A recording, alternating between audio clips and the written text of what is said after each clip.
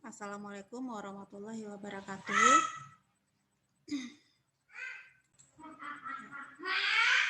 Pada kesempatan ini, minggu kelima, kita akan membahas mengenai konfigurasi elektroda dan faktor geometrinya.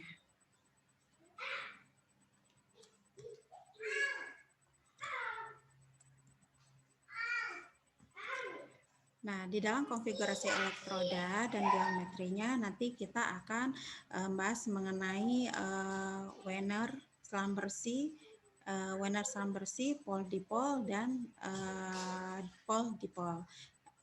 Jadi kurang lebih di dalam metode georesistivitas ada beberapa konfigurasi elektroda dan pembagiannya ya seperti yang saya sebut tadi, Wiener seram bersih, pole dipol, dan pole pol. Nah, sebelum kita bahas lebih lanjut, kita akan melihat apa saja jenis-jenis metode eksplorasi geofisika. Nah, yaitu ada teknik elektrik atau yaitu menggunakan arus resistivitas, berikutnya teknik elektromagnetik, adanya self potensial, dan teknik elektromagnetik. Berikutnya ada lagi teknik gravity, ada teknik magnetik, ada teknik seismik aktif, dan seismik pasif.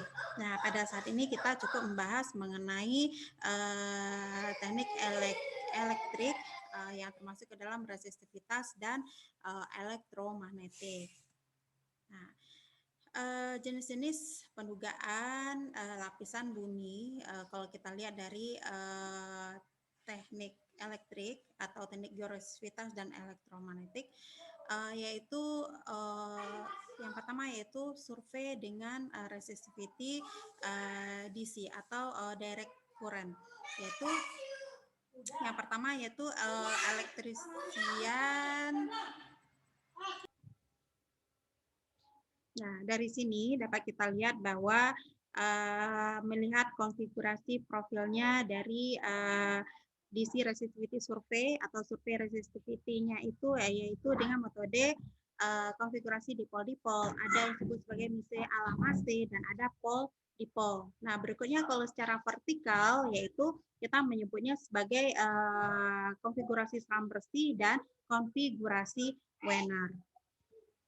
Nah, sekarang kita tinjau dari konfigurasi elektroda itu terbagi secara garis besar yaitu konfigurasi Wiener, konfigurasi seram bersih, dan dipol-dipol. Nah, ini kita lihat konfigurasi seram bersih itu apa sih gitu, apa aja keunggulannya dan bedanya dengan konfigurasi yang lain.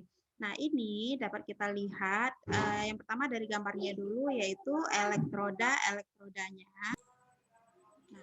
Pertama kita lihat dulu dari elektrodanya. Ini adalah elektroda arus. A dan B itu ada elektroda arus, dan M dan N itu ada elektroda potensial. Nah, dapat kita lihat bagaimana jaraknya antara elektroda arus dengan elektroda potensial. Nah, keunggulannya itu apa? Keunggulannya adalah mampu untuk mendeteksi adanya non-homogenitas lapisan batuan pada permukaan. Nah, sedangkan kelemahannya pembacaan tegangan pada elektroda MN atau elektroda potensial lebih kecil, terutama ketika jarak AB yang relatif jauh. Jadi itu kelemahannya pada saat pembacaan elektroda potensial. Nah, jika elektroda arus dia semakin lama semakin jauh atau AB dia jaraknya itu dia semakin jauh, maka nanti hasil pembacaan pada alat elektroda potensialnya itu akan semakin kecil gitu. Tapi kelebihannya adalah dia bisa mendeteksi adanya non homogenitas atau ibaratnya itu bervariasi, lapisan batuan pada permukaan. Nah, berikutnya adalah konfigurasi Wiener. Nah, kita lihat dari sini ada gambarnya konfigurasi Wener. Ini adalah arus, ya, A dan B itu adalah arus, M dan N itu adalah potensial. Kalau kita lihat ini masing-masing jarak elektrodanya itu adalah sama. Nah, keunggulannya itu apa? Keunggulannya adalah ketelitian pembacaan tegangan atau potensial Mn lebih baik dengan angka yang relatif besar karena elektroda Mn ini relatif dekat dengan elektroda AB. Nah, kelebihannya apa? Dia tidak bisa mendeteksi homogenitas batuan di dekat permukaan yang bisa berpengaruh terhadap hasil perhitungan. Jadi dia ini kebalikan, kelebihan oleh konfigurasi senam bersih itu merupakan kelemahan oleh konfigurasi Wener dan begitu juga sebaliknya. Nah, jadi makanya ada yang membuat konfigurasi paduan atau gabungan antara konfigurasi Wener selam bersih untuk menutupi kekurangan-kekurangan dari masing-masing elektroda ini. Nah, di sini dapat kita lihat adalah konfigurasi dipol-dipol. Nah, keunggulannya apa? Dia dapat digunakan untuk penetrasi yang lebih dalam dan waktu untuk perubahan bentang elektroda yang lebih pendek. Nah, sedangkan kelemahannya apa? Pengukuran pada medan listrik menjadi sulit pada jarak pengukuran yang cukup jauh. Berarti ini dapat kita lihat adalah dipol-dipol itu adalah dua kutub gitu. Pengukuran dua kutub yaitu AB ini adalah arus, AB ini adalah arus dan MN itu adalah dari gambar di atas dapat kita lihat bahwa AB itu garis AB itu adalah elektroda arus dan MN itu adalah elektroda potensial. Dan dapat kita lihat juga keunggulannya dia dapat penetrasi yang lebih dalam waktu untuk perubahan bentang elektroda yang relatif pendek. Dan kelemahannya pengukurannya medan listrik menjadi sulit pada jarak pengukuran yang cukup jauh. Oke. Berikutnya tata cara pendugaan PES. Ini adalah susunan elektrodanya. Ini adalah arus dan ini adalah potensial. AB adalah arus dan MN adalah potensial. Nah, kalau kita lihat ini adalah susunan elektroda untuk selam bersih. AB ini posisi elektroda arus, MN adalah posisi elektroda potensial, garis putus-putus adalah garis ekuipotensialnya, dan garis merahnya itu adalah garis arah arus listrik. Jadi arus listrik dia bergerak dari positif ke negatif. Dan ini adalah layar 2 atau lapisan duanya. Ini adalah lapisan 1 yang warna coklat ini adalah lapisan 1 dengan memiliki nilai resistivitas atau rho-nya itu rho 1 dan yang biru ini adalah nilai resistivitas 2. Jadi di sini dapat kita lihat adalah pada saat ini adalah garis arusnya. Ini adalah garis arusnya. Jadi arus dia bergerak dari positif menuju ke negatif. Dan ini adalah potensialnya. Untuk mencari nilai resistansi atau hambatannya itu adalah P per I, beda potensial terhadap kuat arus. Dan resistivity-nya yaitu atau rho-nya itu merupakan geometrik faktor dari elektroda atau dikali dengan resistansinya. Jarak AM itu adalah jarak AM itu adalah NB, tapi dia tidak boleh sama dengan MN. Nah, jarak AM itu sama juga dengan jarak NB. Nah, tetapi jarak NB itu dia tidak boleh sama dengan jarak AM. Jarak MN. Jadi yang nanti yang dirubah-rubah itu masing-masing nanti dia juga akan dirubah jarak-jarak elektrodanya, tetapi kita harus ketahui juga bahwa jarak AM itu harus selalu sama dengan jarak NB. Nah, susunan elektroda metode selam bersih ini itu lebih bagus pada daerah yang lintasannya yaitu adalah datar atau daerah yang bidang datar gitu. Jadi kalau misalnya di daerah pegunungan, daerah perbukitan itu kurang bagus untuk metode elektroda selam bersih atau elektroda konfigurasi lainnya. Nah, ini dapat kita lihat. Kenapa sih dari gambar ini dapat kita lihat bagaimana kenapa dari susunan-susunan elektroda itu bisa nanti memberikan pendugaan kondisi bawah permukaan. Nah, ini dapat kita lihat ini adalah surface atau permukaan bumi. Ini adalah permukaan pada lintasan. Kita anggap ini adalah lintasan pertama. Ini lintasan pertama. Ini adalah titik pertama pengukuran, ini adalah titik kedua, titik ketiga, titik keempat, dan titik seterusnya. Ini masih dalam satu lintasan. Masih dalam satu lintasan. Nah, jadi jaraknya ini nanti yang akan kita atur-atur. Nah, contohnya adalah pada lintasan pertama. Lintasan pertama ini dia jarak MN itu dia masih sama, jarak MN kedua dia masih sama, jarak arus dia masih sama, jarak MN pada setiap titik itu dia sama.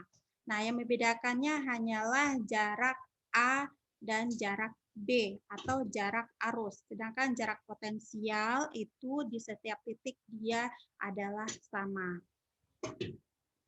Nah, jadi nanti yang kita geser-geser adalah potensial arus. Yang kita geser-geser adalah potensial arus. Nah, jadi nanti jarak antara AM dengan MN itu akan selalu sama, Nah, sehingga nanti ini adalah lintasan pertama, lintasan kedua, lintasan ketiga, lintasan keempat, lintasan kelima, dan lintasan keseluruhannya.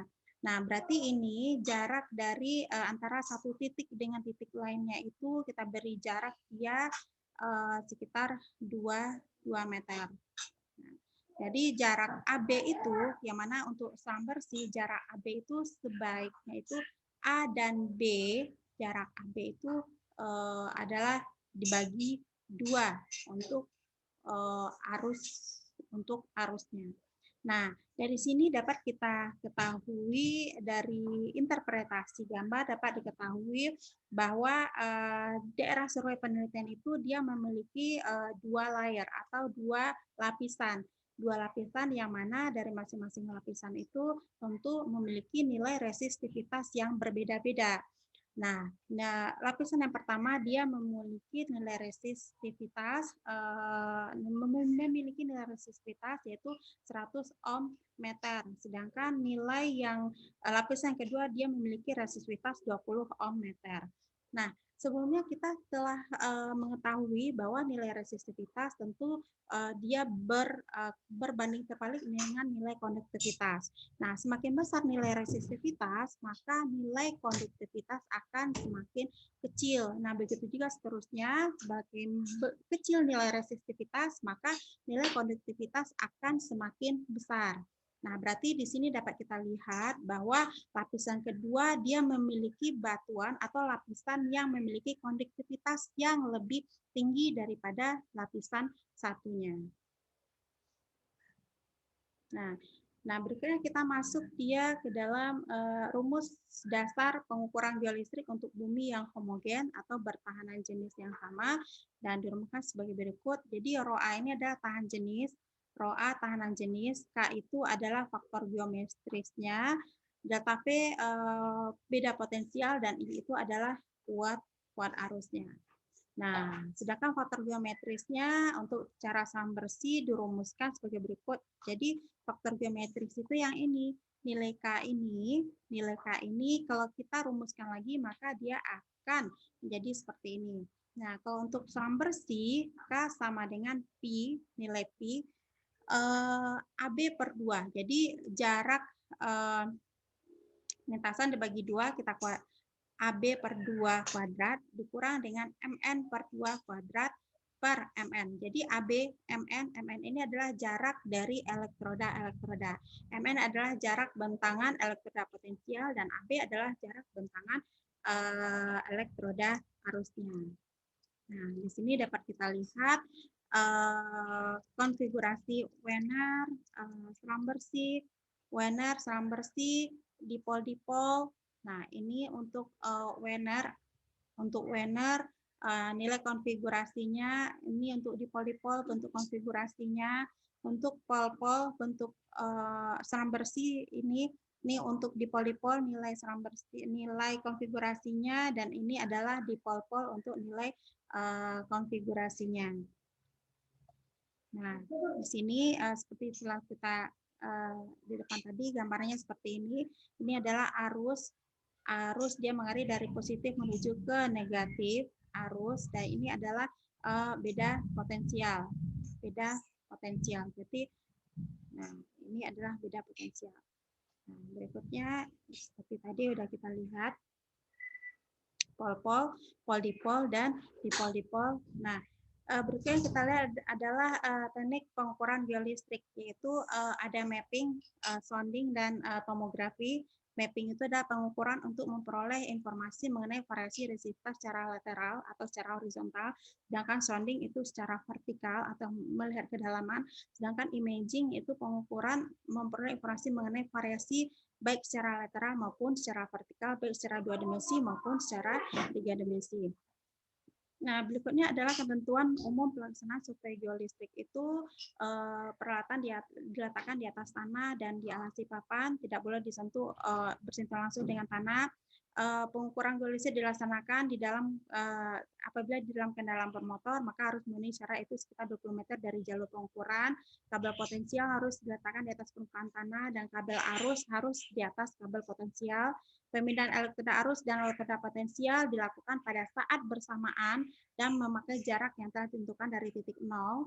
Berikutnya adalah batang elektroda arus dan elektroda potensial harus ditanam sekitar 20 cm ke dalam tanah dengan baik, dan hubungkan kabel alat arus baik. Jangan ada kabel yang luka atau terbuka karena akan terjadi kebocoran. Berikutnya adalah ketentuan umum pelaksanaan survei geolistrik. Pendugaan geolistrik harus menghindari pagar kawah, saluran air, dan aliran sungai karena itu bisa menyebabkan noise. Berikutnya ada pendugaan geolistrik harus menghindari jarum kawah listrik. Penelitian air tanah. Nah, kalau ini adalah secara umum survei air tanah gitu. Dengan metode geolistrik harus dilakukan pada suatu jalur bentang yang lurus dan jarak elektroda arus dan potensial diukur dengan pita ukur. Arah bentang kabel elektroda pendugaan harus diajar dengan jalur lapisan, dan pendugaan geolistrik seharusnya menghindari daerah yang dipastikan daerah langka air. Nah, berikutnya ada faktor yang harus diperhatikan sehingga pendugaan geolistrik dapat mencapai hasil maksimal. Peralatan duga yang memadai, tenaga operator yang handal, tersedia ahli geofisika yang berpengalaman, kabel arus dan kabel potensial yang tidak terbuka, alat komunikasi yang cukup, tenaga ahli, dan palu, kompas geologi, dan peralatan lainnya yang mendukung yang harus dipersiapkan secara lebih baik. Pemilihan aturan bentangan, pendugaan gejala horizontal, yaitu pendugaan geolistrik tahanan jenis jika dilakukan secara sounding, maka mempelajari urutan batuan dari atas ke bawah. Pemetaan horizontal dapat dipergunakan pada pendugaan horizontal untuk pemetaan ke dalam batuan, dan pemilihan AB per 2 dan A yang tepat akan memberikan nilai tahan jenis yang meliputi daerah penelitian sehingga akan dapat menggambarkan kontur dengan baik. Kalau pendugaan secara vertikal, yaitu metode pendugaan dirancang untuk mengetahui keadaan geologi bawah permukaan secara geometrik vertikal dan semi vertikal. Maka vertical resistivity profiling dan mapping yaitu resistance sounding untuk media vertikal, sedangkan horizontal resistivity profiling untuk struktur vertikal dapat dilakukan dengan menggunakan elektroda Wemer, bersih, dipol-dipol, dan lain-lain. Dalam melakukan horizontal profil harus memperlihatkan jarak A yang digunakan, arah bentangan, dan peta itu potensial map yang tadi atas potensial mapping dan miste alamase. Nah, ini adalah cara penafsiran geolistrik tahan dapat dilakukan dengan cara manual dan perhitungan pencocokan kurva. Itu adalah cara komputerisasi, bisa dengan restudiv perangkat lunaknya. Jadi bisa secara manual maupun secara komputerisasi. Nah, hubungan penafsiran pendugaan geolistrik dengan akuifer. Nah, ini jika kita melakukan pendugaan untuk air tanah atau hidrogeologi. Nah, ini hubungan penafian penggunaan dengan akuifer. Nah, jadi apa saja sih yang telah kita bahas, yaitu mengenai konsep resistivitas, yaitu resistivitas batuan. Berikutnya adalah arus pada medium yang homogen. Berikutnya ada estimasi resistivitas medium homogen, konsep resistivitas, arus pada medium non homogen, konsep pengukuran geolistrik, dan konfigurasi elektroda dan teknik pengukuran geolistrik. Nah, demikianlah yang dapat saya sampaikan pada pertemuan kelima ini. Semoga ada gambaran bagi kita tentang pengukuran dengan metode geolistrik. Nah, semoga dapat dipahami, semoga bermanfaat. Saya sudahi dengan Assalamualaikum warahmatullahi wabarakatuh.